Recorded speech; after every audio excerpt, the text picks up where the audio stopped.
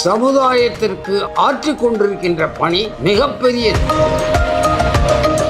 குழந்தைகள் தங்கள் பெற்றோர்களை வறுமையின் பிடியில் இருந்தும் காப்பாற்றி வருகிறார்கள். முதியவர்கள் கவனிக்கப்பட வேண்டும் என்றுதான் எல்லா மதங்களும் போதிக்கின்றன. அவர்களுக்கு நோய் நொடிகள் வந்தால் அந்த குழந்தைகள் தானே அவர்களை காப்பாற்றி வருகிறார்கள்.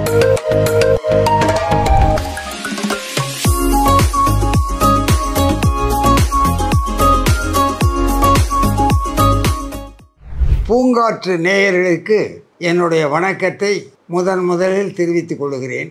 இன்று நாம் சிந்திக்கக்கூடிய 2 விஷயங்கள் சமூகம் முதியோர்களுக்கு செய்தது என்ன. சமூகம்னா என்ன? நம்மை சார்ந்த நண்பர்கள், அரசியல் சார்ந்தவர்கள், சமூக அமைப்புகள், தனிப்பட்ட நபர்கள், இவர்களெல்லாம் முதியோர்களுக்கு என்ன செய்திருக்கிறார்கள்? சரி, அது ஒரு சிந்தனை. முதியோர்கள் இந்த சமுதாயத்தில் உள்ள மக்களுக்கு என்ன செய்திருக்கிறார்? இது ரெண்டும் ஒன்றோடு ஒன்று தொடர்பு உள்ளது.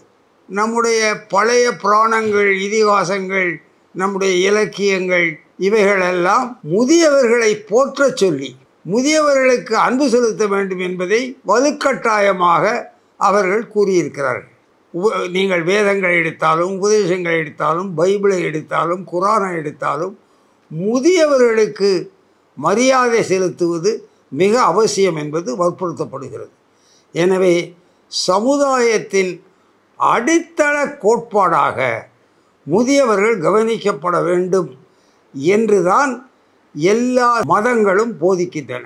முதியவர்கள் மற்றவர்களை நன்கு கவனித்திருக்கிறார் என்றால் இன்று சமுதாயத்தில் படித்தவர்கள், இளைஞர்கள், கல்வி கற்றவர்கள், பல பொறுப்புகளில் உள்ளவர்கள், இவர்களெல்லாம் எப்படி வந்தார்கள்? முதியவர்கள் அவர்களை வளர்த்ததன் மூலம்தான் சமுதாயத்தில் இத்தகைய நல்ல மனிதர்கள், நல்ல அமைப்புகள் வந்திருக்கின்றன. எனவே முதியவர்கள் சமுதாயத்தை உருவாக்குவதற்கு மிகவும் பாடுபட்டிருக்கிறார்கள். நாட்டின் விடுதலை இளைஞர்கள் மிகவும் பாடுபட்டார்கள். ஆனால் இந்த இளைஞர்களை வழிநடத்தி அந்த சுதந்திரத்திற்காக பாடுபட்டவர்கள் மகாத்மா காந்தி, பண்டித நேரு, பட்டேல், ராஜாஜி, பெருந்தலைவர் போன்ற முதியவர்கள் தான். எனவே நாடு விடுதலை பெறுவதற்கும், நாடு விடுதலை பெற்ற பின்பு அந்த விடுதலையை பாதுகாத்து மக்களுக்கு பல சமுதாய நன்மைகள் பெறுவதற்கான அந்த வாய்ப்பை முதியவர்கள் தான் நமக்கு இன்று ஏற்படுத்தி கொடுத்திருக்கிறார்கள். இன்று நம்முடைய சமுதாயத்தில் ஏராளமான சமூக நல திட்டங்கள் செயல்படுகின்றன என்று சொன்னால் அது முதியவர்கள் பல அமைப்புகளில் இருந்து செய்து கொண்டிருப்பதாகும். அதே மாதிரி லயன்ஸ் கிளப், ரோட்டரி கிளப், மற்ற நிறுவனங்களும் இந்த முதியவர்களுக்கு ஏராளமான நன்மைகள் செய்து வருகின்றன. எனவே ரெண்டையும் ஒப்பிட்டு பார்ப்போமானால் முதியவர்கள் சமுதாயத்திற்கு ஆற்றிக் கொண்டிருக்கின்ற பணி மிகப்பெரியது. இன்று சமுதாயத்தில் சில தவறுகள் இருக்கலாம், நான் இல்லை என்று சொல்லவில்லை. லஞ்சம் இருக்கிறது, லாவண்யம் இருக்கிறது, பல தவறுகள் இருக்கின்றன. ஆனால் பெரும்பாலும் கல்வி கூடங்களை நிறுவி, பல்கலைக்கழகங்களை நிறுவி, மாணவர்களை உருவாக்கி பெரிய பொறுப்புகளுக்கு, பெண்கள் கூட பெரிய பொறுப்புகளுக்கு வரக்கூடிய அளவில் மிக சிறந்த தொண்டை முதியவர்கள் நமக்கு செய்திருக்கிறார். முதியவர்களுடைய அந்த தொண்டு, அவர்கள் நமக்கு செய்த அந்த மிகப்பெரிய நன்மையின் காரணமாகத்தான் இன்று சமுதாயத்தில் இத்தகைய ஒரு விழிப்புணர்ச்சி, முதியவர்களுக்கு நாம் செய்ய வேண்டும் என்ற ஒரு விழிப்புணர்ச்சி வருவதற்கு காரணம் முதியவர்கள் நமக்கு செய்த நன்மையாகும். எனவே முதியவர்கள் இந்த புதிய சமுதாயத்தை உருவாக்குவதற்கும், பண்புகளை இளைஞர்கள் மாணவர்களிடையே உருவாக்குவதற்கும், அரசின் பொறுப்பில் வந்து பல நல்ல திட்டங்களை மக்களுக்கு தருவதற்கும் முதியவர்கள் மிகப்பெரிய நன்மையை செய்திருக்கிறார்கள். அதிலே நாம் அனைவரும் கண்டிப்பாக பெருந்தலைவர் அவர்கள், ராஜாஜி அவர்கள், அண்ணா அவர்கள், பண்டித நேரு அவர்கள், இவர்களையெல்லாம் நாம் இன்று நினைத்து பார்க்க வேண்டும். அவர்களுடைய குண நலங்கள் தான். மகாத்மா காந்தியடிகள் சொன்னார்கள், இந்தியாவின் எதிர்காலம் இளைஞர்கள் கையில் இருக்கிறது என்று. முதியவர்கள் கையில் இருக்கிறது, என் கையில் இருக்கிறது, நான் தான் எல்லாவற்றையும் செய்ய முடியும் என்று அவர் சொல்லவில்லை. இளைஞர்களை பார்த்து உங்கள் கையில் இருக்கிறது, ஆனால் உங்களை நான் வழிநடத்துவேன், உங்களுக்கு பண்பாடை சொல்லித் தருவேன் என்று சொல்லி இந்த சமுதாயத்திற்கு முதியவர்கள் செய்த மாபெரும் பணியை நாம் என்றும் மறக்க முடியாது. ஆனால் முதியவர்களுக்கு சமுதாயம் செய்திருக்கிறதா என்று சொன்னால் கண்டிப்பாக செய்திருக்கிறது.